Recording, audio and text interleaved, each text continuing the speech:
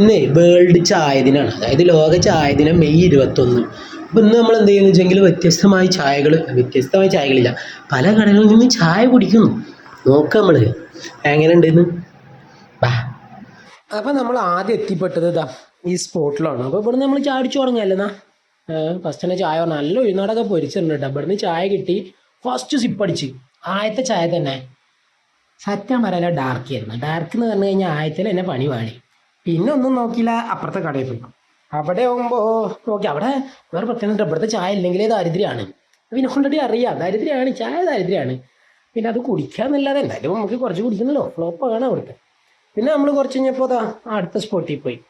ഇവിടെ നിന്നും നമ്മൾ ചായ പറഞ്ഞു. ചായ ഉള്ളി ചായ ആണല്ലോ ഇത്, പിന്നെ കുഴപ്പമില്ല, തിരക്കിടില്ല. കാരണം എന്താ വെച്ചെങ്കിൽ മധുരമുള്ള ചായയാണ്.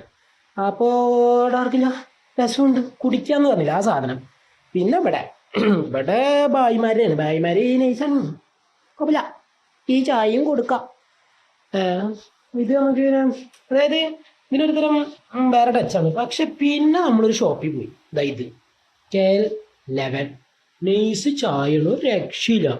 ഏലക്കായൊക്കെ ഇട്ട് പൊടിച്ചെടുത്ത് ഇട്ടൊക്കെ ചായ. ഇതിന് ഞാൻ നല്ല മാർക്കുള്ളതാണ് കേട്ടോ. പിന്നെ നമ്മൾ ഓഫീസിൽ എത്തിയപ്പോൾ ഓഫീസിലെ ചായ അത് അവിടുന്ന് എൻ്റെ ചായയാണ്. അത് പിന്നെ ഒന്നും കുടിക്കണതായതുകൊണ്ട് നമുക്കറിയാം നല്ല ചായ ഉണ്ടെന്ന്. പിന്നെ രാത്രിയായില്ലേ. പക്ഷെ ഇവിടുന്ന് ഒരു ചായ അടിച്ചു. ഇവിടെ നമ്മൾ കുടിക്കലുള്ള കേട്ടോ. ഇവിടുത്തെ ചായ അടിപൊളിയാണ് കേട്ടോ, നൈസ് ചായയാണ്, കുടിക്കാം, ഒരു രസമുണ്ട്. പിന്നെ അവിടുന്ന് കുടിച്ച് കഴിഞ്ഞ് നമ്മൾ സ്റ്റാൻഡിൻ്റെ അവിടെ പോയി, അവിടെയും കിട്ടി. അവിടെ മിൽമേൻ്റെ ചായയാണ്.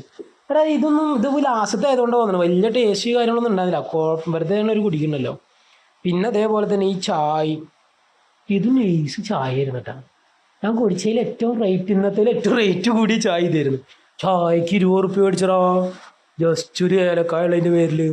പിന്നെ ഇവിടുന്ന് ഇവിടുന്ന് ഒരു ബായ് ടച്ചാണ്. അതായത് നമ്മൾ ഈ ഇവിടെയൊക്കെ പോയി കഴിഞ്ഞാൽ അപ്പുറത്തൊക്കെ പോയി കഴിഞ്ഞാൽ കിട്ടില്ല അങ്ങനത്തെ ഒരു ചായ.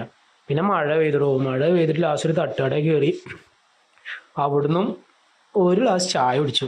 ഇതിൻ്റെ ഇടയിലൊരു മഴ പെയ്തു ഗ്യാസ്, അതുകൊണ്ട് നമ്മൾ നേർക്കിയിരിക്കുന്നു. ഇനി അടുത്ത അതിലൊക്കെ കുറേ ചായ കുടിച്ചു കേട്ടോ. അപ്പം എന്നിട്ട് മഴ പെയ്തോണ്ട്, അല്ലെങ്കിൽ 2-3 നാളിലും കൂടി നമുക്ക് ടൈം ഉണ്ടായിരുന്നു. അപ്പം ഇറങ്ങാൻ വയ്യാന്ന്, അതുകൊണ്ടാണ്. അപ്പോൾ ഓക്കെ, ബൈ.